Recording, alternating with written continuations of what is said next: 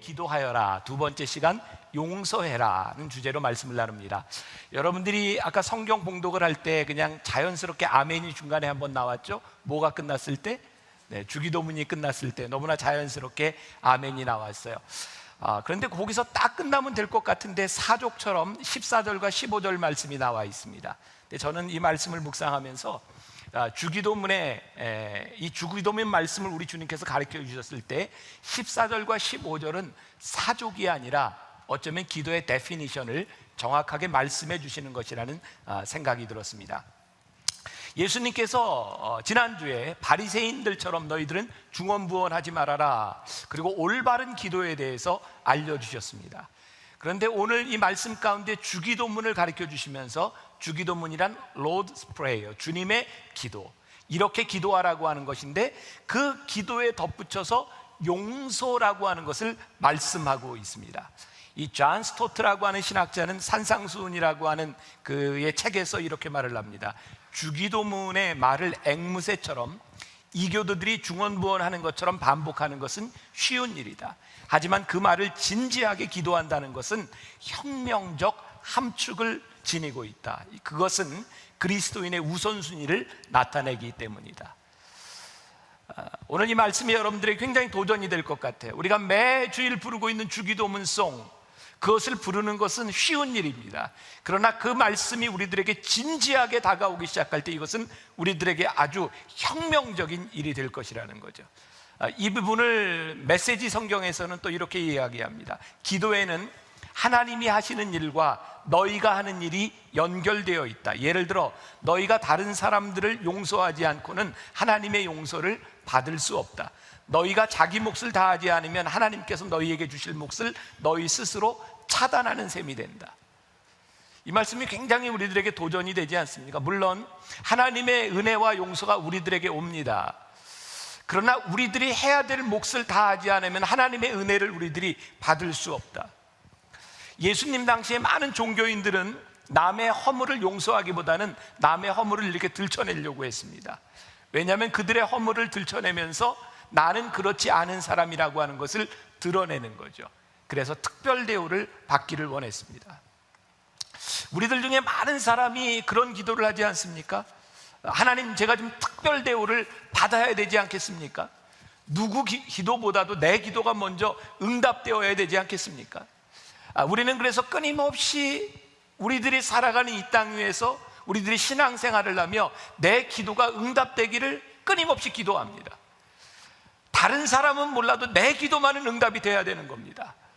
그래서 우리는 열심히 기도합니다. 이 주기도문에 의하면 예수님께서 우리들에게 가르쳐 주신 기도는 끊임없이 우리의 뜻을 구하는 것이 아니라 우리가 살아가는 이 땅 위에서 하나님의 뜻과 하나님의 계획이 이루어 달라고 간구하는 것이다. 그래서 9절과 10절에 보니까 그러므로 너희는 이렇게 기도하라. 어떻게? 하늘에 계신 우리 아버지여, 이름이 거룩히 여김을 받으시오며 나라가 임하시오며 뜻이 하늘에서 이룬 것 같이 땅에서도 이루어지이다. 우리들에게 강력한 의문이 생깁니다. 예수님이 주기도문을 가르치면서 맨 먼저 강조한 것은 하나님의 나라가 이 땅 위에 임하는 것이고, 지난 시간의 말씀을 우리들이 묵상한다면 하나님이 내게 필요한 것을 이미 다 아시는데 우리가 뭘 기도할 것이냐. 하나님 우리의 필요를 다 아세요. 그런데 우리가 뭐 또 이렇게 하나님의 나라가 또 이루어지기를 위해서 기도해야 될까? 지난주의 말씀을 기억하세요? 우리들이 기도를 하는 이유는 우리들에게 필요한 것보다 더 큰 의미의 하나님의 뜻이 무엇인지를 발견하고 그것이 우리들에게 얼마나 소중한 일인지를 깨닫기 위해서, 그래서 그것을 깨닫게 되면 우리들이 하나님 앞에 올바른 것을 구하게 될 것이라는 사실이죠. 그래서 이 주기도문은 우리들의 유아적 사고에서 어쩌면 우리들에게 글로벌한 사고로 옮겨가는 겁니다. 나 중심적인 기도에서 하나님 중심적인 기도로 옮겨가는 것입니다. 물론 여러분들이 자기 중심적인 기도를 하는 것이 잘못됐다, 그렇게 단정할 수는 없습니다. 아직 여러분들이 유아적 사고를 가지고 있다면 그 범위를 벗어나지 못할 것이기 때문입니다. 1살, 2살을 난 아이들한테 우리가 그렇게 얘기할 수는 없겠습니까? 너 이렇게 맨날 배고프다고 울 거야? 좀 나라와 민족을 위해서 금식할 수 없어? 막 때린다면 이게 되겠습니까? 그거 안 되죠. 일단 먹여놓고 키워놓고 봐야 되는 거죠. 그러니까 여기 있는 여러분들 모두에게 여러분들 글로벌 띵킹, 하나님의 뜻, 이거 생각하고 기도하십시오라고 할 때 여기에 전혀 해당되지 않는 사람들이 있을 겁니다. 그러나 분명한 것은 예수님께서 이 땅 위에 우리들에게 말씀을 가르치셨을 때 너희의 기도와 너희의 신앙이 자라기를 원하셨다는 거예요. 예수님께서 안타까우셨던 것은 우리들이 자라지 않고 변하지 않는 우리들의 모습입니다. 하나님의 뜻이 이루어지는 것, 이름이 거룩히 여김을 받는 것이 무엇입니까? 이건 조금 여러분들에게 쉬울 수 있어요. 여러분들이 기도하면서 생각해 보세요. 내가 기도하고 났는데 이거 하나님이 욕을 먹지 말아야죠.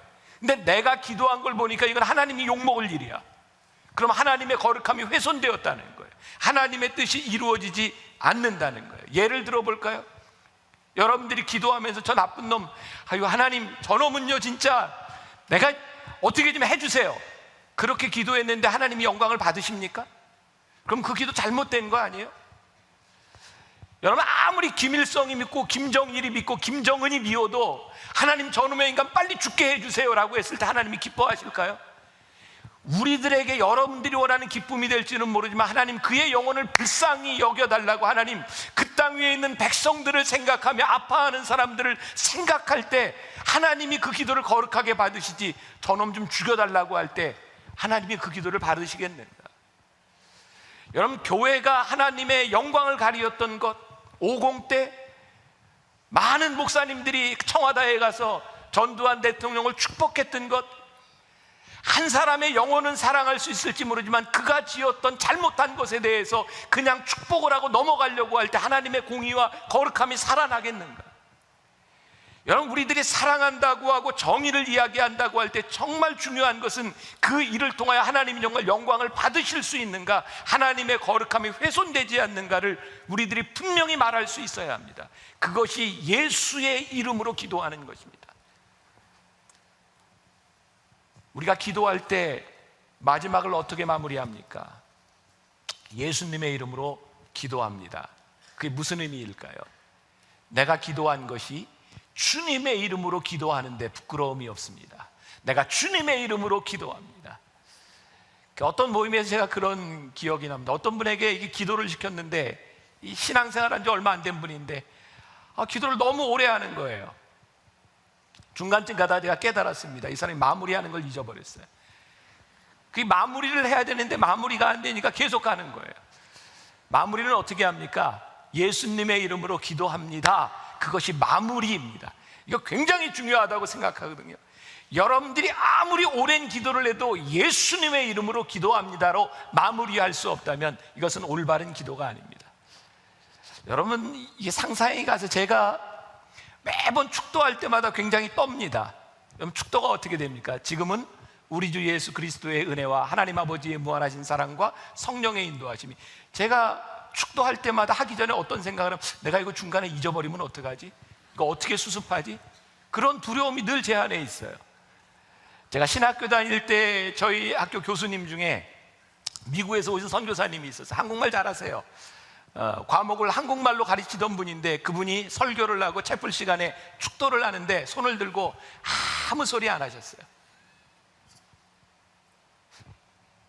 아무 소리 안 하고 있다가 시작한 게 요즘은, 이분이 지금은이 생각이 안 났던 거예요.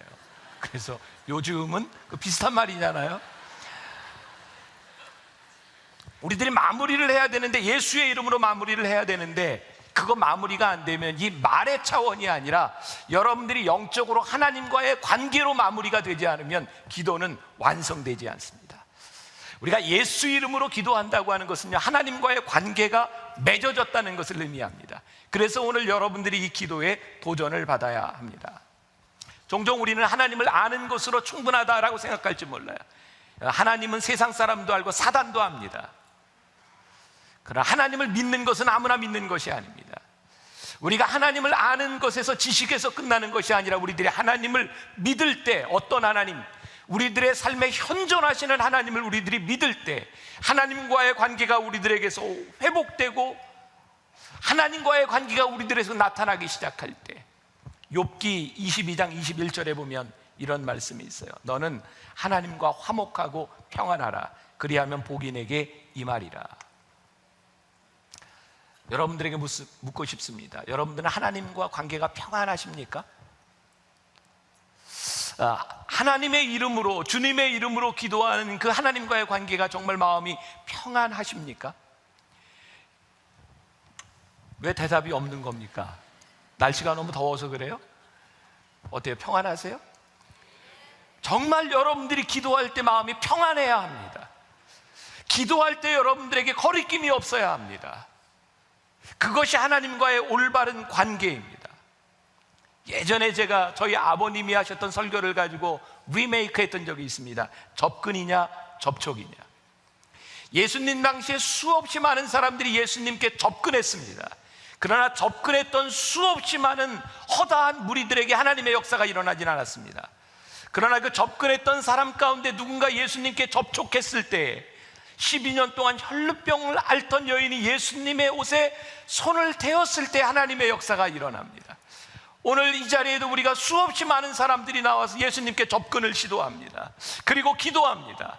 그러나 주님과의 관계가 올바로 세워지지 않을 때 그것은 접근으로 끝납니다. 접촉이 이루어지지 않습니다. 우리들의 평범한 일상 가운데서 하나님의 능력이 드러날 수 있는 것은 하나님과의 관계 속에 있을 때입니다.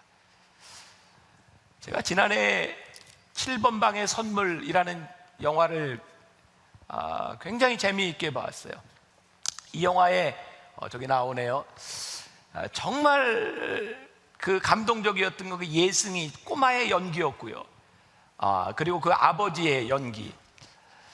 어린아이의 지능을 가지지 못했지만 그 딸을 사랑하는, 그 딸을 만나고 싶어서 그 영화니까 가능했겠죠. 그 형무소의 7번 방으로 그 딸내미를 데려옵니다. 그 안에는 온갖 종류의 잡범들이 참 많이 있습니다. 그런데 그 예승이가 그 7번 방에서 아빠 품에서 너무나 평온한 겁니다.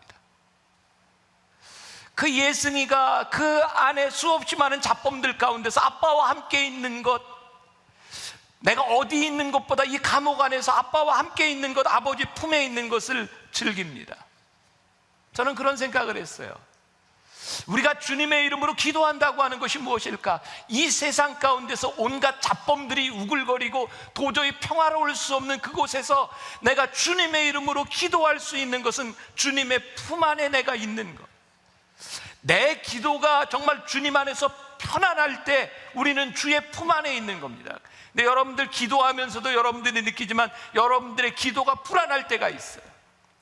이건 내가 생각해도 이 기도가 아닌 것 같아요. 그래서 기도하는데 불안한 마음이 계속 있어요. C.S. 루이스라고 하는 그 변증신학가는 이런 이야기를 했어요. 그가 죽기 전에 하나님이 내 생애에 구한 어리석은 기도를 다 들어주셨다면 나는 과연 지금 어떻게 되었을까? 어쩌면 그는 지금 형무소에 있었을지도 모른다는 이야기를 합니다. 하나님께서 우리들의 모든 것을 다 아시지만 우리들이 하나님 앞에 올바른 기도 속에 들어갈 때 하나님과 우리들 사이에 올바른 관계들이 만들어지는 겁니다. 저는 정말 꿈꾸는 게 우리 교인들이 평안했으면 좋겠어요. 우리 주님께서 제자들에게 나타나셔서 평안하뇨? 라고 물으셨던 그 물음이 여러분들에게도 오늘 그대로 들려줬으면 좋겠어요. 사랑하는 여러분, 평안하십니까? 평안은 그 어떤 곳에서도 우리들에게 찾아오는 것입니다. 왜? 하나님의 뜻이 이 땅 위에 이루어지는 것을 우리들이 믿으며 그렇게 기도할 때 평안함이 우리들 속에 찾아오는 거예요. 제가 얼마 전에 제 페이스북에다가 글을 올린 적이 있습니다. 제가 아침마다 이 페이스북 글을 올리는데 혹시 이제 페이스북을 사용하는 분들은 제가 이미 이제 친구가 3개 계정에 다 찼어요. 여러분들 팔로우를 해야 글을 받아보실 수 있는데 또 이게 무슨 말인지 모르는 분들은 집에 가서 자녀들한테 물어보셔도 되고 아침마다 제가 글을 올립니다. 제가 그런 글을 올렸어요. 착한 남자 컴플렉스. 목회자의 자녀로 살아오면서 제일 힘들었던 것이 바로 착한 남자 컴플렉스였습니다. 목회자 아들이기 때문에 착하게 보여야 된다는 것. 그런데 목회자가 되어서는 더욱 불가능한 일 때문에 곤혹스럽습니다. 누구에게도 욕을 먹지 않는 목회자가 되려는 노력, 그런데 어느 순간에 깨닫게 된 것이 있습니다. 얼마나 부질없는 노력인가. 누구에게 좋은 사람이 되면 틀림없이 다른 사람에게는 나쁜 사람이 된다는 것을 깨닫게 되었습니다. 제가 오늘 왜 이런 글을 쓸까요? 정도의 차이는 있겠지만 모두의 고민일 수 있기 때문입니다. 얼마 전에 저희 교회에서 저희 지방의 감리사를 뽑는 선거가 있었습니다. 2명의 후보가 나와 있는 상황에서 저희 교회와 제가 어느 편을 드느냐에 따라 그 사람이 당락이 결정됩니다. 왜냐하면 우리 교회 표가 제일 많기 때문입니다. 분명히 저 개인적인 의견이라고 얘기를 해도 사람들은 개인적으로 받아들이지 않습니다. 목사님은 개인일지 모르지만 그것 때문에 당락이 결정되기 때문입니다. 저는 정말 착한 남자이고 싶은데 한 사람에게는 나쁜 남자가 될 수밖에 없는 상황. 저는 제가 있는 그 작은 권력이라고 하는 것도 휘두르고 싶지 않은데 제가 뭔가 행동을 하면 누군가에게 권력으로 비춰지는 것 참 곤혹스럽습니다. 말을 해도 욕먹고 말을 안 해도 욕먹고. 언젠가 어떤 선배 목사님이 저에게 그런 말을 하더라고요. 큰 교회 목회를 하는 순간 죄인으로 사는 것이라고.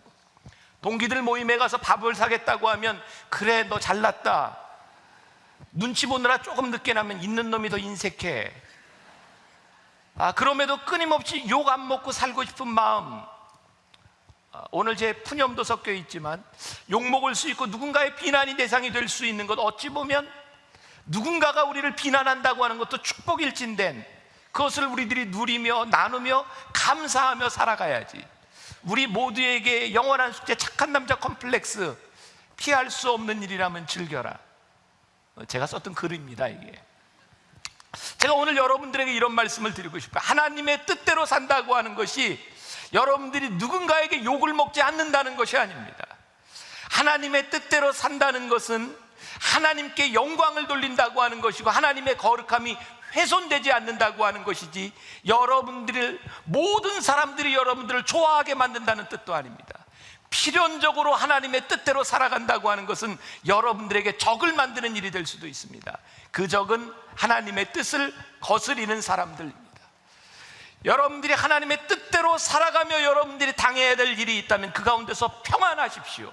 왜? 하나님이 여러분들과 함께 하시고 알파와 오메가 처음과 나중이신 하나님께서 여러분들을 끝까지 붙잡아 주실 것이기 때문입니다. 그래서 우리는 평안하뇨? 라고 하는 물음에 평안합니다 라고 대답할 수 있어야 합니다. 오늘 말씀 가운데 제일 중요한 것이 용서라고 하는 단어입니다. 주기도문을 쭉 이야기하시고, 자 14절과 15절 말씀 우리 같이 한번 봉독해 볼까요? 14절 15절. 너희가 사람의 잘못을 용서하면 너희 하늘 아버지께서도 너희 잘못을 용서하시려니와 너희가 사람의 잘못을 용서하지 아니하면 너희 아버지께서도 너희 잘못을 용서하지 아니하시리라. 이 말씀이 우리를 조금 혼돈스럽게 합니다. 우리가 먼저 용서해야 아버지께서 우리를 용서하시는가? 아니, 우리가 알기로는 하나님께서 우리들을 용서하신 그 사랑으로 우리들이 용서를 베푸는 것이 아닌가? 근데 여러분들 한번 생각해 보세요. 이건 닭이 먼저냐 계란이 먼저냐 이런 거 생각하기 전에 여러분들이 하나님의 은혜와 용서를 입은 사람이면 그 용서를 행하는 것이 마땅합니까? 마땅하지 않습니까? 결국 우리들이 하나님의 용서를 입었다는 것은 누구를 용서하는 것과 동일한 일이고, 여러분들이 아직 누구를 용서하지 못했다면 아직 여러분들은 용서의 축복을 경험하지 못한 사람입니다. 오늘 새벽에 제가 이 말씀을 가지고 하나님, 제가 용서하지 못한 사람이 있나요? 제가 미워하는 사람이 누가 있나요? 곰곰이 생각해 봤어요. 근데 정말 감사한 게 제가 미워하는 사람이 하나도 없는 거였어요. 왜 아멘이냐? 이게 안 믿어지세요? 제가 미워하는 사람이 하나도 없더라고요. 제가 싫어하는 사람은 있어요. 근데 미워하는 사람은 없어요. 정말 이거 굉장히 큰 차이입니다. 미워하는 것과 싫어하는 것은 다른 차원의 문제입니다. 어떻게 내 마음에 다 들겠습니까? 그러나 그 사람이 밉지 않은 겁니다. 저 오늘 굉장히 감사한 마음으로 이 전에 섰습니다. 하나님, 제가 이 자리에 미워하는 사람이 없는 것이 얼마나 감사한지 모르겠습니다. 결국 우리들이 하나님의 은혜를 알고 살아간다고 하는 것은 우리들의 은혜가 누군가에게 그대로 흘러넘쳐야 되는 겁니다. 여러분, 용서라고 하는 것이 정말 주관적이라고 하는 것을 아십니까? 여러분들 지금 머릿속에 여러분들이 용서할 사람을 한번 떠올려 보세요. 아유, 참, 내가 용서해야지. 그런 사람 있어요, 없어요? 오늘은 굉장히 여러분들 반응이 이렇게 없는 건 왜 그럴까요? 자, 여러분들은 용서해야 되겠다라고 생각하는데 그게 굉장히 주관적입니다. 여러분들이 생각하는 그 사람도 여러분들한테 용서를 받아야 된다고 생각하고 있을까요? 우리가 살아가기 참 힘든 것이요, 그 사람은 나처럼 생각하지 않는다는 겁니다. 내가 용서해야 된다고 생각하지만 어쩌면 그 사람이 여러분들을 용서해야 된다고 생각할지 몰라요. 용서라고 하는 것은 절대로 객관적인 일이 아닙니다. 그런데 이 용서하라고 하는 말씀이 무슨 말씀입니까? 굉장히 중요한 말씀입니다.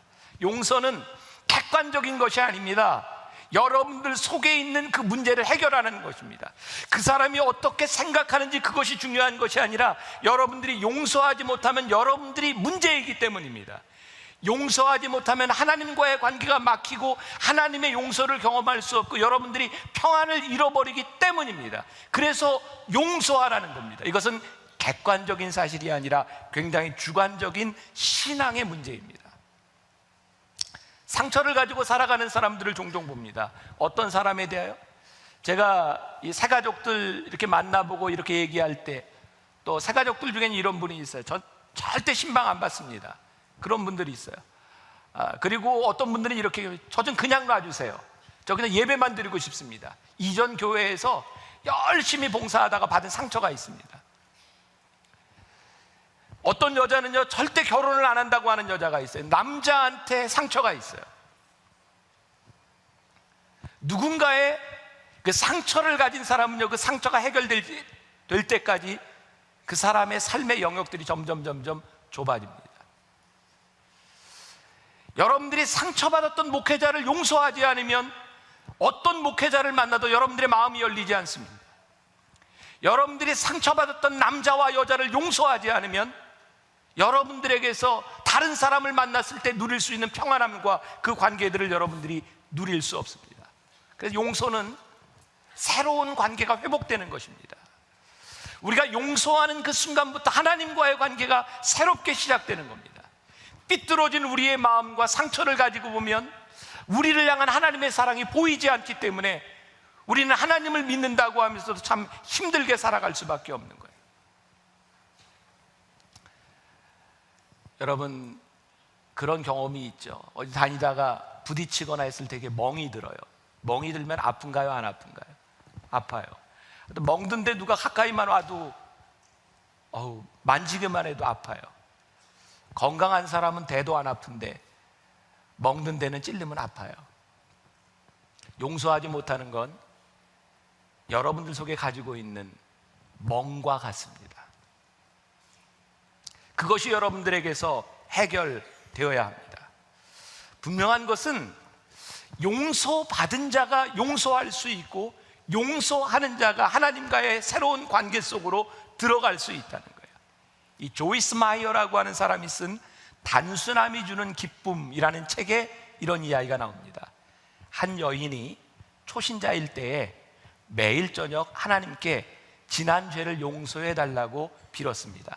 그런데 어느 날 밤 침대 옆에서 기도하려고 무릎을 꿇는데 주님의 음성이 들렸습니다. 내가 처음으로 용서를 구한 날 나는 용서했는데 너는 아직도 자신을 용서하지 못하고 내가 주는 선물을 받지 않는구나.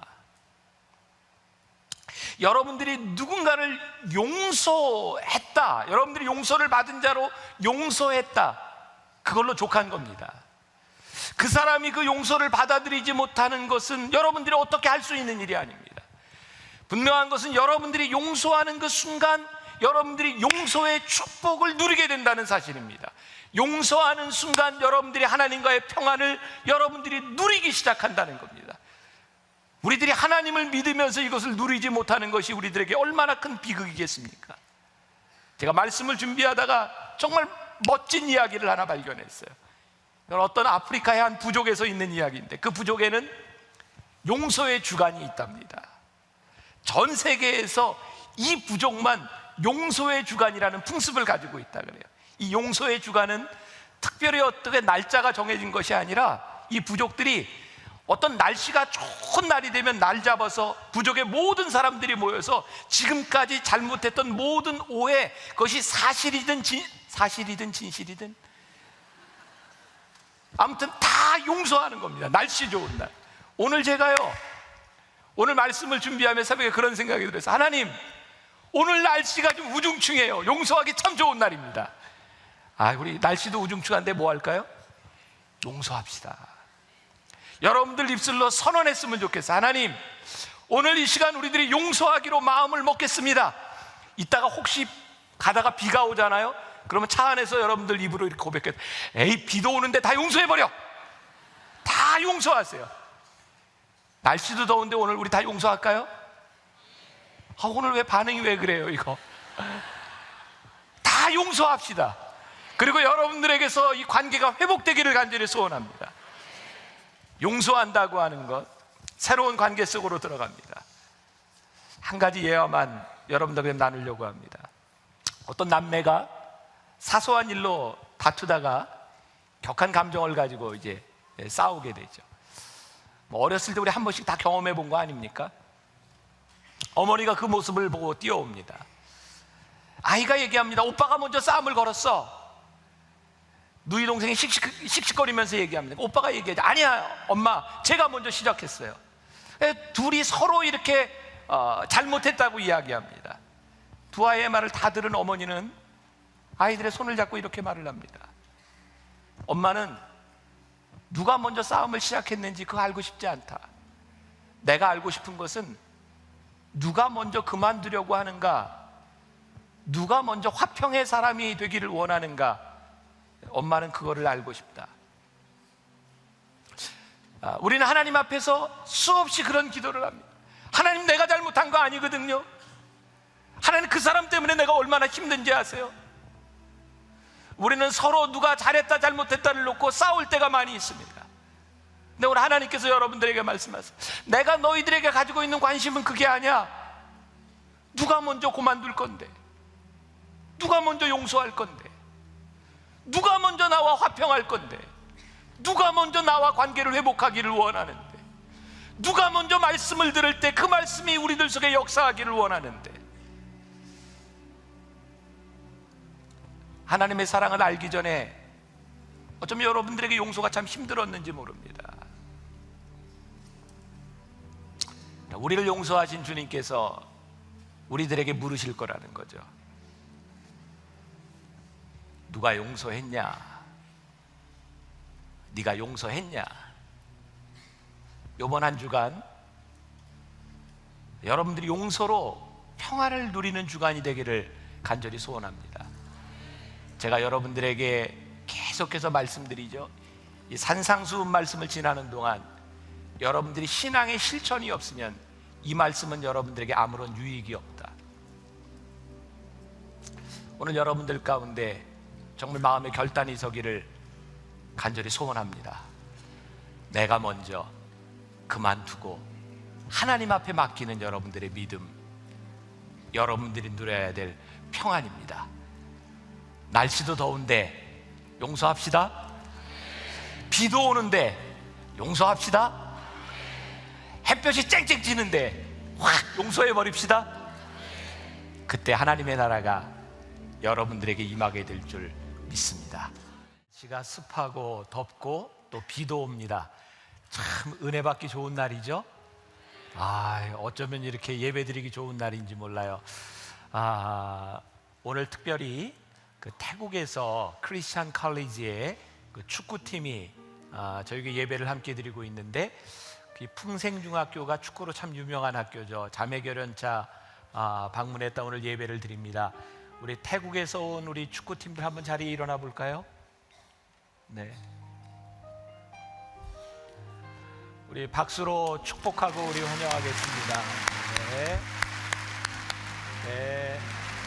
네. 자리에 앉으세요. 네. 네. 지금 통역기가 작동이 되고 있나요? 네, 되고 있군요. 네. 그리고 여러분들에게 광고 드려야 될 중요한 사항이 이번 8월 1일 우리가 매년 일일 수련회로 모입니다. 이번에는 특별히 영화가 있는 그 하정환 목사님은 저보다 조금 선배 되시는 분인데 영화 설교로 아주 유명한 분입니다. 이번에 특별히 파파로티 그 영화로 함께 말씀을 나누게 되는데 점심은 시원한 냉면으로 이렇게 준비를 했고요. 우리들이 여름 더운 날을 함께 보낼 수 있는 시간입니다. 여러분들 자녀들과 함께 오셔서 수련회를 일일 수련회를 여러분들이 함께 말씀 안에서 즐기셨으면 좋겠어요. 그리고 여러분들 이제 광고가 나왔지만 변화산 기도회가 아닙니다. 이제 가을부터 뭐라고 바뀌었죠? 변화산 새벽 기도회로 바뀌었습니다. 여러분들이 꼭 기억하시고 지금부터 스케줄을 잘 조정하셔서 7일 동안 우리들이 하나님의 이름을 우리들이 외치려고 합니다. 성경에는 하나님의 이름이 여러 가지가 나와 있어요. 어떤 부분이 여러분들과 여러분들의 가정에 필요할지 말씀을 다 준비해 놓고 기도하고 기다리고 있으니까 여러분 8월 마지막 주를 여러분들 꼭 기억하시고 준비하시기 바랍니다. 우리 은혜 받기 좋은 날, 우리 지금 영상으로 예배드리는 분들, 인터넷으로 예배드리는 많은 분들, 우리 잠옷실에 있는 엄마 아빠들, 우리 전부 우리 은혜 받으세요. 오늘은 이렇게 인사 한번 해줄까요? 다 같이 시작. 은혜 받으세요. 고맙습니다. 계속해서 산상수훈 말씀을 나누고 있습니다. 20주간 나누고 있는데 오늘 12번째 이렇게 기도하여라 아버지께만이라고 하는 제목으로 말씀을 나누려고 합니다. 산상수훈 말씀을 쭉 묵상하다 보면 계속해서 반복되는 몇 개의 구절들이 있습니다. 그 중에 하나가 외식하는 자가 되지 말라라고 하는 말씀입니다. 제가 말씀을 묵상하면서 외식이 무엇일까, 그러면서 제 속에 있는 외식은 어떤 것일까, 그런 생각을 해보게 되었어요. 그러면 저에게는 외식보다는 문제가 조금 잘난 척이 아닌가, 그런 생각이 좀 들었었어요. 그러면서 외식과 잘난 척이 뭐가 다른가 생각해 보니까 마음과 행동이 이렇게 동일하게 나오면서 조금 과장되어서 상대방의 눈살을 약간 찌푸리게 할 수 있는 것이 잘난 척이다. 그러니까 잘난 척이 죄는 아닌 것 같아요. 약간 눈살을 찌푸리는 정도. 뭐 그렇지만 또 제가 잘난 척하는 게 그렇게 밉지는 않잖아요. 뭐 이제 그런 거. 근데 외식이라고 하는 것은 그것이 아니라 겉과 속이 다른 것. 그러니까 내 속에 있는 것이 과장된 것이 아니라 속에 있는 것과 겉에 있는 것이 다른 것. 이것은 거짓된 것. 예수님께서 이 외식에 대하여 아주 무섭게 질책합니다.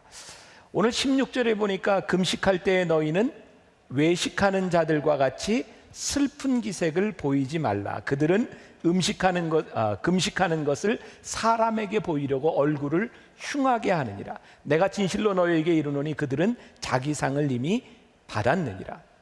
금식할 때 슬픈 기색을 보이고 얼굴을 흉하게 하는 것이 거짓이라는 말이죠. 혹시 여러분들 이 말씀을 들으면서 약간 좀 뜨끔한 게 있지 않나 한번 생각해 보세요. 금식 기도를 할 때 여러분들은 어땠습니까? 혹시 여러분들 중에 기도의 그런 경험들이 있을 텐데 나는 기도할 때 사람들에게 어떤 모습을 보였습니까? 기도는 누구에게 하는 것이죠? 하나님을 향해 우리들이 기도합니다. 그런데 우리들이 기도하면서 뭐 다는 아니겠지만 많은 사람들이 내가 기도하는 것을 사람이 알아줬으면 할 때가 있었던 것 같아요. 하나님께 기도하지만 사람이 알아주기를 원했던 그 모든 행위들이 외식이다. 주님께서 이렇게 말씀하고 있는 거죠. 배가 고프다고 하는 것, 이거 내가 말하지 않아도 사람이 좀 알아줬으면 좋겠다. 제가 금식을 하면서 제일 힘들었던 게 뭐냐면 한 4일, 5일째 되면 참 힘들어지는데 교인들이 변화산 때였죠. 지난 몇 해 전 3년 동안 제가 금식 기도할 때 교인들이 금식하는 제 얼굴을 보고 어쩌면 목사님은 금식을 하는데 얼굴이 그렇게 빛이 나요? 그러면 저는 죽겠는 거예요. 이거 지금 배고픈 걸 좀 알아줘야 되는데 이거 빛이 난다고 이야기하니까 내가 지금 어떻게 해야 될지. 제가 3년 금식을 하면서 제가 깨닫게 된 것이 있습니다. 내가 금식하면서 온전히 하나님 앞에 기도한 것이 아니라 그 3년 동안 저는 어떤 면에서 견디는 시간을 지나왔구나라는 생각을 지금 많이 합니다. 사람들이 저를 보면서 금식하십니까? 그것이 하나님과 나와 무슨 상관이 있었는가를 다시 한번 생각해 보게 됩니다. 조금은 신비적인 사람들, 신비주의적인 사람들이 40일 금식 기도를 많이 자랑합니다. 목회자들 중에도 40일을 금식한 사람이 있습니다. 어쩌면 저도 40일을 금식했다고 하면 여러분들에게 40일 금식을 훈장처럼 달고 있을지 모르겠어요. 어쩌면 제 경력에 40일 금식 한 번, 두 번 이렇게도 썼을지 모르겠어요. 제가 신학교를 다니던 시절에 저희 1년 선배 중에 하나가 40일 금식 기도를 하다가 39일째 세상을 떠난 것을 보면서 지금 다시 생각하니까 그 금식이 과연 무슨 의미를 가지고 있었을까? 40일 금식한 것이 예수님을 닮아가려고 하는 것, 그것은 좋지만 40일을 끝까지 채우다 죽음까지 갔던 그러한 시간들이 과연 우리 신앙에 무슨 의미를 가지고 있을까? 금식, 이것이 굉장히 귀한 일이기는 한데 우리 주님께서 오늘 우리들에게 너희들 금식하는 것이 외식하는 것이 아닌지 한번 생각해 보라고 말씀하고 있어요. 지난 사순절 때 우리가 한 끼씩 금식하자고 이야기를 했어요. 그리고 금식하는 그 한 끼의 헌금을 모아서 정말 필요한 사람들에게 한번 나누어지는 일을 하자. 제 주변에서 들리는 소리입니다. 어떻게 하면 사순절 금식을 가장 효과적으로 할 수 있을까? 대부분의 사람들이 금식을 하며 다이어트의 효과를 누립니다. 어떻게 하면 이 기간 중에 금식도 하고 살을 뺄 수도 있을까? 많은 사람들을 통해서 그런 이야기를 들었어요. 만약에 우리들이 금식을 하면서 다른 부수적인 효과를 누린다면 하나님께서 그렇게 말씀하실지 몰라요. 그래, 내가 상을 이미 받았느니라. 너는 나와 아무 상관이 없느니라. 이 본질적인 기도에 대한, 본질적인 신앙에 대한 말씀들을 이 산상수훈을 통해 우리들이 공부하면서 우리의 마음이 참 불편합니다. 몰랐더라면 괜찮았을 텐데 하나님과의 관계가 본질적으로 어떻게 회복되어야 되는가를 우리들이 깨달으면서 정말 우리를 불편하게 합니다. 이 금식도 그 중에 하나입니다. 어떤 목사님의 글을 보게 되었어요. 이렇게 써 있더라고요. 저는 어느 교회 옆을 지나가다 큰 충격을 받은 적이 있습니다. 그 교회에는 큰 플래카드로 벽에 이렇게 걸어 놓았어요. 우리 교회 목사님 방금 40일 금식기도 끝내셨습니다 라는 글씨가 적혀 있었습니다. 마치 그 목사님은 어떤 큰 기록을 세우듯이 40일 금식을 한 것입니다. 그러나 하나님께서는 그렇게 하는 것을 가장 싫어합니다. 그런 사람은 공연히 굶은 것입니다. 나는 일주일을 금식했어, 40일을 금식했어. 금식은 내가 무엇을 하는 것이 아니라, 금식은 나의 의가 드러나는 것이 아니라 하나님과 무슨 관계가 있는가? 금식 기도만 그런가요? 나는 새벽 예배를 빠지지 않았어. 근데 새벽 예배를 빠지지 않은 것이 다른 사람들에게 가지지 못한 어떤 의를 누리는 것이라면, 저는 제가 몸이 약해지면서 정말 깨닫게 된 일이 있는데 무엇이냐면, 저는 새벽 기도를 안 하고 저는 성실하지 않은 사람들에 대하여 저는 게으르다고만 생각했었는데, 제가 아파 보니까 제가 못하는 일들이 참 많이 있더라고요. 이 땅 위에는 내가 쌓을 수 있는 그런 의, 그것이 내가 이룰 수 없지만 그것을 가지지 못하고 이룰 수 없는 사람들이 우리 주변에 얼마든지 많이 있어요. 그런데 우리는 내가 할 수 있는 것과 내가 하는 것을 가지고 이것이 의라고 생각하는 사람이 있어요. 지금 이 가운데는 당뇨병을 앓고 있는 사람도 있을 거예요. 도저히 금식을 하지 못하고 금식을 하면 쓰러질 수밖에 없는 사람도 있어요. 그 사람에게 왜 당신은 금식을 하지 못하느냐고 내가 하는 의를 가지고 이야기할 수 있는 건가요?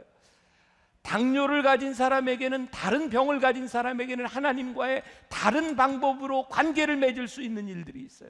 그런데 우리는 내가 하는 방법을 가지고 내 의를 드러내려고 하는 것, 예수님께서 그것은 외식하는 것이다 라고 말씀하고 있어요. 오늘 본문 말씀을 지난주의 말씀과 연관해서 생각한다면 기도에 대하여 우리들의 생각하고 있는 상식을 바꿔주는 일입니다. 우리는 흔히 열심히 기도하고 그리고 응답을 받는다고 배웠는데, 그래서 하나님과 싸움하듯이 우리는 이겨야 됐고, 금식은 최후의 수단으로 하나님께 기도하는 것이라고 생각했는데, 그렇게 오래 기도하면 영성이 훌륭한 사람이라고 생각했는데, 주님이 가르쳐 주신 기도는 그게 아니었어요. 첫째는 아무리 열심히 기도를 해도 나에게 잘못한 사람을 용서해 주고 싶은 마음이 들지 않으면 너희 기도가 잘못된 것이다. 여러분들이 수십일 금식을 해도 그 마음이 들지 않으면 그것은 잘못된 기도다. 또 우리가 하듯이 금식 기도를 한다고 선포하고 하나님께 매달리는 경우들이 많은데, 너희들이 그렇게 기도하지 말고 은밀한 중에 보시는 아버지께 너희들이 기도하라. 우리들의 기도의 생각들을 좀 바꿔놓는 이야기들을 하고 계십니다.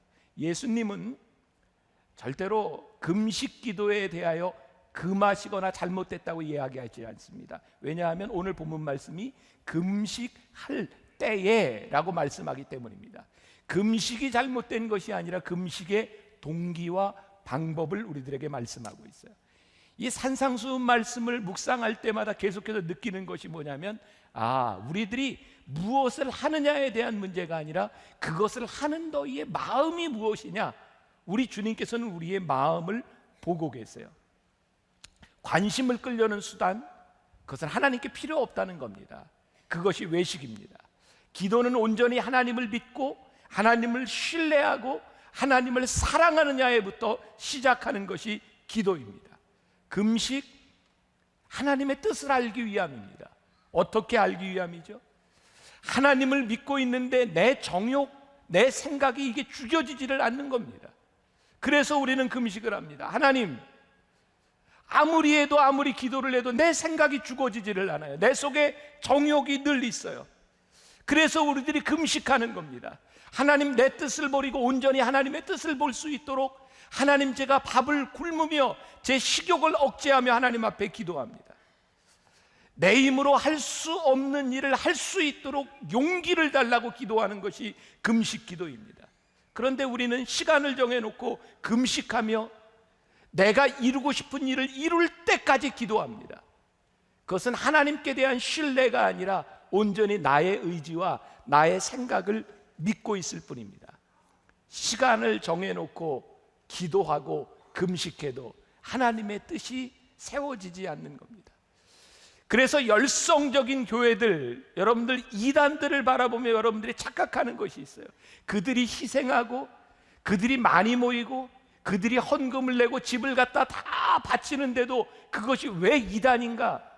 그들의 공동체 안에서 하나님의 뜻이 드러나지 않기 때문입니다. 오늘 여러분들이 여기에 모여 예배를 드리고 기도를 하는 데 있어서도 제일 중요한 게 뭔지 아세요? 이 예배 시간은 여러분들의 뜻이 꺾여지는 시간이에요. 주님의 뜻이 이루어지기를 위해서 우리들이 기도하는. 오늘 여러분들에게 소개된 책이 있습니다. 사랑한다면 예수님처럼. 그 책에 이런 글이 나옵니다. 다른 사람을 인내하지 못하는 마음 뒤에는 하나님을 인내하지 못하는 마음이 숨어 있습니다. 우리의 가정과 직장, 관계를 예수 그리스도의 주권 앞에 정말로 내려놓으면 하나님의 때까지 인내하며 기다릴 수 있습니다. 그러지 않으면 우리에게 스스로 모든 것을 주관하려는 속성이 있기 때문에 그것이 실패로 돌아갔을 때 인내심도 바닥이 납니다. 여러분들의 인내가 바닥이 나는 때, 그건 여러분들의 인내와 여러분들의 생각이 바닥나는 때입니다. 우리들이 하나님을 바라본다면 우리들이 훨씬 더 인내할 수 있고, 하나님을 바라본다면 우리들이 할 수 있는 일들이 더 있을 텐데. 자, 금식에 대하여 조금 더 생각합니다. 오늘 말씀을 이해하기 위해서 이스라엘 백성들이 전통적으로 금식하던 때는 7월 10일 대속죄일이었습니다. 저녁부터 그 다음날 저녁까지 하루를 금식합니다. 자신들의 허물을 다 용서해 주신 하나님의 은혜를 선포하며 금식하는 겁니다. 그런데 이 금식의 습관들이 조금씩 늘어나기 시작합니다. 7월 10일뿐만 아니라 4월과 5월 그렇게 금식을 하기 시작합니다. 이들이 금식하는 동안은 오로지 하루 온전히 음식을 입에 대지 않는 겁니다. 오늘 말씀이 여러분들에게 이해가 될 겁니다. 하루 금식하면서 금식하는 걸 티를 내고 싶은 거예요. 하루 금식한다고 우리 육신에 뭐가 달라지겠습니까? 그런데 그 하루를 금식하며 내가 율법을 잘 지키는 사람이라고 하는 걸 사람들에게 보여주기 위해서 전날부터 수염도 안 깎아요. 그리고 좀 초췌해 보이려고 노력을 해요. 그래서 세수도 안 해요. 그래서 사람들이 내가 하루 금식하는 거 이것 좀 알아줬으면. 그래서 예수님께서 뭐라고 말씀하시냐면 너희는 금식할 때에 머리에 기름을 바르라. 외식하는 자들이 기를 쓰고 자신들의 모습을 슬프게 보이거나 흉하게 보이게 하려고 그렇게 하지 말라는 거예요. 기도는 하나님께 하는 것이기 때문에 너희들이 기도하는 모습이 사람들에게 드러나지 않도록 해라. 여러분, 기도했는데 하나님께서 내 기도가 나와 상관이 없다라고 하면 얼마나 억울하겠습니까? 내가 하루를 금식하고 기도했는데도 하나님이 그 기도는 나와 상관이 없다라고 하면 얼마나 억울한 일이겠습니까? 기도하는 동기, 이것이 우리들에게 중요하다는 말이죠. 우리들이 금식 기도하는 이 하루는 온전히 하나님의 은혜에 집중하기 위한 시간이고 하나님의 은혜를 누리기 위한 것이기 때문에 하루를 금식해도 그것은 오히려 기쁨이 넘쳐야 하는데 그 속에 기쁨이 있는 것이 아니라 오히려 견디며 사람들에게 드러내는 모습, 이것은 잘못된 기도. 아무리 기도해도 의도가 잘못되어 있으면 이것은 하나님이 받으시지 아니한다. 그래서 기도할 때 너희의 머리에 기름을 바르며 너희들이 사람들에게 표가 나지 않도록 너희들이 기도해라. 한번 상상을 해보세요. 하루 굶었는데 그거를 좀 남들이 알아줬으면 하는 마음에 이게 배고프게 축 늘어뜨리고 수염 기르고 이러고 다니는 모습, 이게 얼마나 가증스럽겠습니까? 그런데 우리의 모습이 그 속에 있는 거죠. 내가 이렇게 신앙생활하고 내가 이렇게 헌신하고 내가 이렇게 하나님께 기도한다는 것을 다른 사람이 알아주지 않으면 견디지 못하는 거죠. 제가 말씀을 준비하면서 제가 군목 시절이 생각이 났어요. 제가 참 일찍 목사가 됐죠. 26살에 목사가 돼서 군목을 들어간, 저는 참 이게 뭐라고 운이 좋다고 해야 될까요? 정말 지휘관을 잘 만났어요. 하나님을 잘 믿는 지휘관을 만나서 제가 군목 생활하는 것들을 얼마나 잘 이렇게 후원해 줬는지 몰라요. 자연스럽게 점심이 되면 참모들과 함께 지휘관이 이렇게 식탁에서 라운드 테이블에서 같이 식사를 합니다. 제가 성격상 좀 열심히 일하는 스타일이고 또 제가 나름대로 이 성실한 사람이거든요. 제가 군목에 있으면서 정말 열심히 일을 했어요. 이렇게 식사를 하다가 지휘관한테 이렇게 이야기를 합니다. 어젯밤에 병사들을 보니까 참 잘 걷고 훈련을 잘합니다. 참 멋있어요. 그럼 지휘관이 저한테 물어봐요. 목사님 어제 그 자리에 계셨어요? 아니 뭐 그냥 뭐 좀 먹을 것 좀 가지고 위문했죠. 별로 신경 쓰지 마세요. 그러면 지휘관이 눈이 동그래져서 아니 목사님이 그 시간에 위문을 했단 말이에요. 아니 뭐 그렇죠. 제가 나쁜 짓을 한 것은 아닙니다. 근데 지금 생각해 보면 참 이렇게 유아적 사고를 가졌던 것 같아요. 내가 한 일을 누가 알아주지 못하면 너무 억울한 거예요. 그래서 거짓말은 아니지만 내가 이것을 알리는 방법이 조금 지혜롭게 이렇게 알렸던 제 모습. 제가 오늘 말씀을 이렇게 준비하면서 이렇게 설교를 쓰다가 왜 그때 모습이 저에게 떠올랐는지 몰라요. 물론 제가 외식하는 겉과 속이 다른 것은 아니지만 우리들에게 우리 속에 심연 가운데 자리 잡고 있는 우리의 본능이 뭐냐면 내가 선한 일, 무슨 일을 한 것들을 누가 좀 알아줬으면 하는 그 마음들이 우리들에게 있는 것 같아요. 근데 오늘 예수님께서 우리들에게 이렇게 말씀하세요. 그 누가 알아주는 순간 너희들이 이미 그 상을 받았느니라. 참 주님의 말씀이 얼마나 큰 도전이 되는지 몰라요. 우리들이 정말 어떤 동기로 우리들을 드러내기를 원하며 어떤 동기로 이런 일들을 하고 있는가. 적어도 우리들이 하나님을 믿는 사람이라면 이 물음 가운데 하나님과의 관계를 확인할 수 있는 사람이 되어야 한다. 제가 산상수훈을 이렇게 설교하면서 하나님 믿는 게 참 힘들다. 근데 하나님이 그렇게 쉽게 우리를 자녀 삼아준 것이 아니기 때문에 우리들이 하나님의 자녀로 살아가는 것은 정말 쉬운 일이 아니다 라는 생각을 하게 돼요. 오늘 본문 말씀 18절에 이는 금식하는 자로 사람에게 보이지 않고 오직 은밀한 중에 계신 내 아버지께 보이게 하려 함이라. 은밀한 중에 보시는 내 아버지께서 갚으시리라.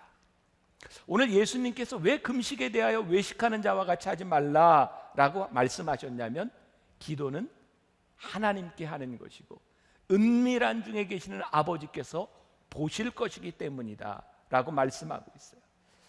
우리가 하나님 앞에 기도하는 순간 우리의 계획을 하나님 앞에 내려놓는 겁니다.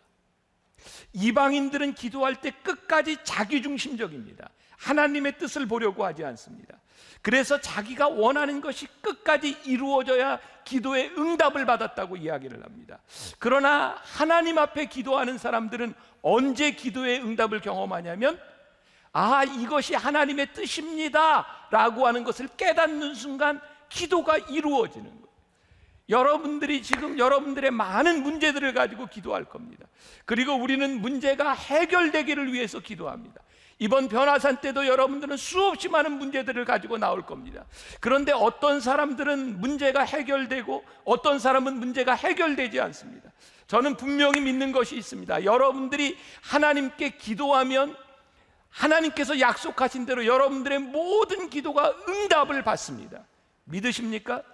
응답을 받습니다. 그런데 그 응답이 100% 오는 것은 무슨 이유인가? 여러분들을 향한 하나님의 뜻이 100% 있기 때문입니다. 여러분들이 그 뜻이 깨달아지는 순간 여러분들의 문제가 더 이상 문제로 여겨지지 아니합니다. 하나님의 뜻이 우리들 가운데 오는 순간 여러분들이 그 문제를 이기게 됩니다. 여러분들이 생각했던 그 문제의 해결과 하나님의 문제의 해결이 같을 수 있습니다. 아멘입니다. 감사합니다. 그러나 다를 때 우리들이 하나님 앞에 기도하며 우리의 정욕을 누르며 하나님의 뜻이 이루어지기를 선포할 때 우리의 마음들이 열려지기 시작합니다. 하나님 감사합니다. 제가 깨닫지 못하고 그렇게 힘들었던 내 인생 가운데 하나님의 이런 뜻이 있음을 깨닫게 하신 하나님의 은혜를 감사합니다. 그래서 우리는 문제 가운데 우리의 문제를 집어던지고 할렐루야 하나님이 나와 함께 하십니다. 그렇게 고백할 수 있는 겁니다. 이게 신앙이고 이것이 믿음입니다. 오늘 이 시간 여러분들이 이 예배 시간을 나갈 때에 100% 이루어진 하나님의 뜻을 가슴에 안고 나갈 수 있기를 주님의 이름으로 간절히 축원합니다. 제가 설교를 미리미리 준비하다 보니까 제가 어떤 책에서 읽고 이렇게 원고 속에 넣어놨는데 도대체 책을 못 찾겠어요. 페이지만 85페이지에서부터 7페이지까지라고 써 있어서 여러분들에게 출처를 밝히지 못해서 죄송합니다. 제가 조금 읽어드리려고 합니다. 예전에 한 기독교 대학의 예배 시간에 설교를 하고 있었는데 청중석 맨 앞자리에 중년 부부가 앉아 있었습니다. 예배당에는 주로 젊은이들만 모였기 때문에 그들 부부가 거기 앉아 있는 모습은 다소 생뚱맞게 보였습니다. 예배가 끝난 후 이들은 나와 이야기하고 싶다며 가슴 아프지만 한편 훈훈해지는 이야기를 털어놓았습니다. 이들 부부에게는 말도 못하게 반항적인 딸이 한 명 있었습니다. 그 아이는 여러분들 그 영화에 보면 이 고트족이라고 하는 까만 옷 입고 까만 이 루즈 칠하고 다니는 그 사탄 악마처럼 하고 다니는 옷차림, 그리고 팔뚝에는 문신을 하고 있는 심란한 외양보다 훨씬 더 이 딸의 문제는 공격적인 태도였습니다. 부모는 오랫동안 열심히 딸의 구원을 위해 기도했습니다. 딸이 분노와 반항으로 가득 찬 상태에서 벗어나 하나님께서 원하시는 자녀의 모습으로 변화될 수 있기를 하나님께 간구했습니다. 그 딸은 자신이 기독교 대학에 갈 것인데 그 이유는 다름이 아니라 그곳에서 쫓겨나기 위해서 그 기독교 대학에 간다고 말을 합니다. 그 아이는 크리스천들을 경멸했고 그리고 그렇게 표시하려고 했습니다. 이들 부모는 연초에 있었던 일에 대해 꼭 말하고 싶다고 했습니다. 내가 이 학교에서 복음의 메시지를 전했던 그때 딸이 그리스도를 영접하는 일이 일어났다는 것입니다. 인생을 돌이키는 결정을 한 후에 그 딸은 기숙사로 돌아가 부모에게 은혜와 사랑이 넘치는 편지를 썼습니다. 그 편지에서 아이는 그동안 부모님에게 주었던 모든 상처에 대하여 용서를 구했습니다. 아이는 자신이 성령을 체험하고 확실히 새로운 사람으로 변화되었다고 설명했습니다. 아이는 집에 가서 부모님이 자신에게 언제나 원했던 것처럼 부모님을 끌어안게 될 때까지 기다릴 수가 없었습니다. 그래서 아이는 이후로 가족에게 참 좋은 일들이 펼쳐질 모습들을 고대하며 편지를 썼습니다. 아름다운 생각들이 편지에 그대로 이어졌습니다. 그런데 시내 근처에서 편지를 붙이고 난 후 비극이 일어났습니다. 기숙사로 돌아오는 길에 아이는 끔찍한 교통사고를 당했고 그 자리에서 죽고 말았습니다. 이들 부모는 아픈 마음을 부여잡고 딸을 땅에 묻었습니다. 그들은 딸 아이와의 관계가 화해와 치유 없이 끝나버린 것에 대하여 얼마나 절망했는지 모릅니다. 그러나 장례를 치르고 사흘 후 기적 같은 일이 일어났습니다. 딸이 붙인 귀한 편지가 우체통에 도착한 것이었습니다. 나는 어리석게도 이렇게 말했습니다. 참으로 딱하게도 편지가 너무 늦게 도착했군요. 그 부모는 이렇게 대답했습니다. 너무 늦은 게 아닙니다. 우리 딸이 편지에서 아름답게 소망하고 있듯이 아이가 우리를 끌어안고 우리가 아이를 끌어안을 때가 올 것입니다. 하나님은 절망으로부터 소망을 이끌어내는 방법을 가지고 계십니다. 모든 것이 끝나버렸다고 생각하는 순간 하나님은 새롭게 일을 시작하는 분이십니다. 그 아이가 그렇게 죽었을 때 그것이 너무나 안타까운 일이었을지 모르지만 소망의 하나님 붙들고 있는 이 부모는 믿었습니다.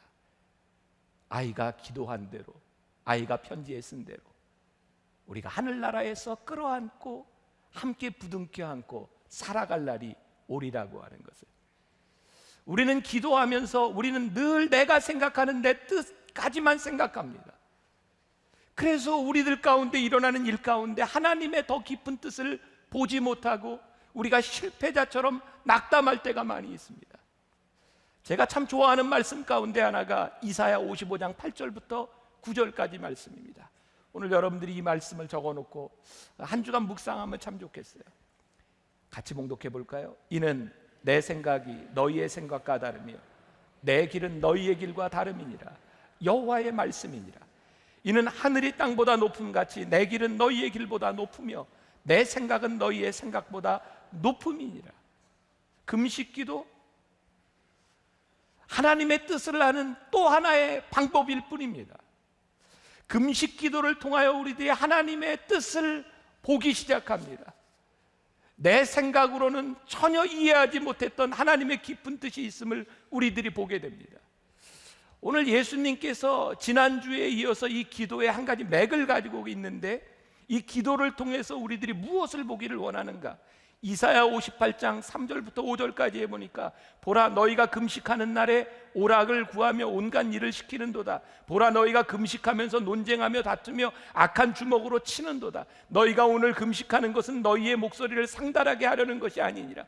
이것이 어찌 내가 기뻐하는 금식이 되겠으며 이것이 어찌 사람이 자기의 마음을 괴롭게 하는 날이 되겠느냐. 그의 머리를 갈대같이 숙이고 굵은 배와 재를 펴는 것을 어찌 금식이라 하겠으며 여호와께 연락될 날이라 하겠느냐. 너희들이 금식하면서 너희들이 죄를 뒤집어 쓰고 너희들이 머리를 풀어헤치고 그렇게 금식하고 있는데 하나님이 그 금식을 받으시지 않겠다는 겁니다. 왜냐하면 금식 기도하는 너희가 잘못됐다는 겁니다. 예레미야 14장 12절에 이런 말씀이 있어요. 그들이 금식할지라도 내가 그 부르짖음을 듣지 아니하겠고 번제와 소제를 드릴지라도 내가 그것을 받지 아니할 뿐 아니라 칼과 기근과 전염병으로 내가 그들을 멸하리라. 얼마나 무서운 말씀이지 아십니까? 그들이 금식하며 기도하는데 하나님이 그 기도를 듣지 않으시겠다는 겁니다. 오히려 기도하는 너희를 멸하리라 하겠다고 말씀합니다. 왜? 기도가 하나님을 향한 기도가 아니고 하나님과의 관계가 회복되는 기도가 아니고 기도하고 있는데 하나님과의 관계가 점점 멀어지고 있습니다. 하나님의 뜻과 멀어지고 있습니다.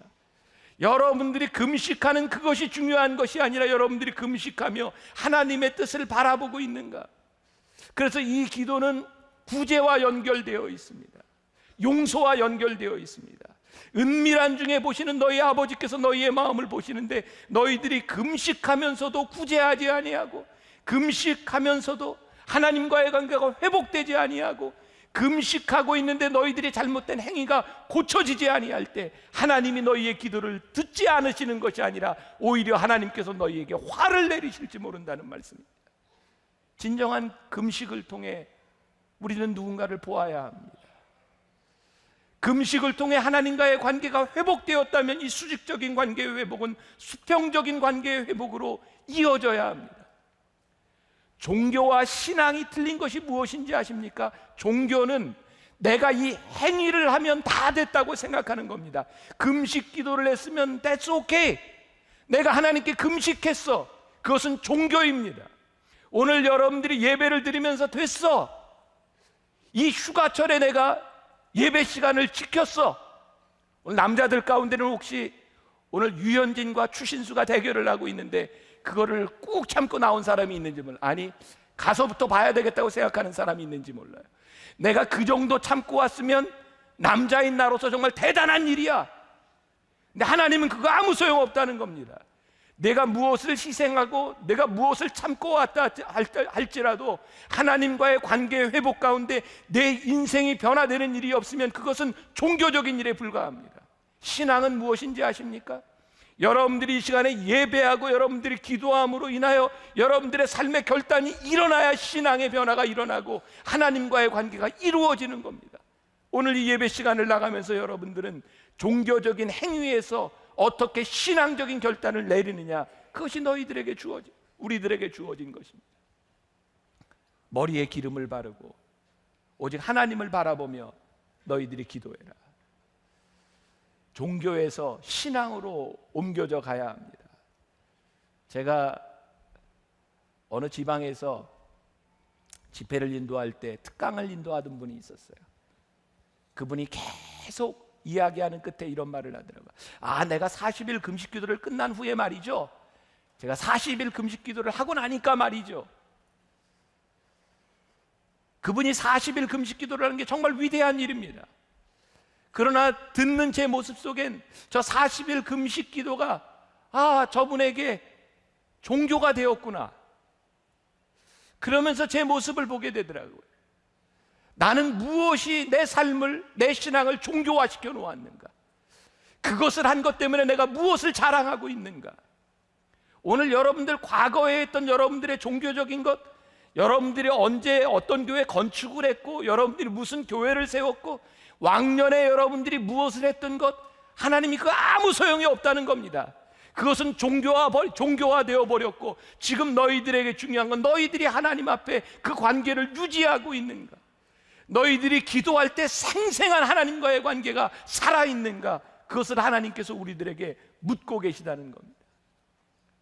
여러분들의 만족감이 아니라 오늘 하나님 앞에서의 철저한 관계의 회복, 그것이 오늘 여러분들의 기도와 말씀과 예배 가운데 이루어지기를 간절히 소원합니다. 이렇게 기도하여라. 하나님 앞에 서 있는 너의 존재를 오늘 확인하여라. 은밀한 중에 계시는 하나님께 기도하여라. 오늘 많은 사람들이 예배하고 있지만 오늘 은밀한 중에 보시는 하나님 앞에 여러분들의 관계가 회복되는 시간이 되기를 주님의 이름으로 간절히 축원합니다. 우리 같이 믿음으로 고백하기를 원합니다.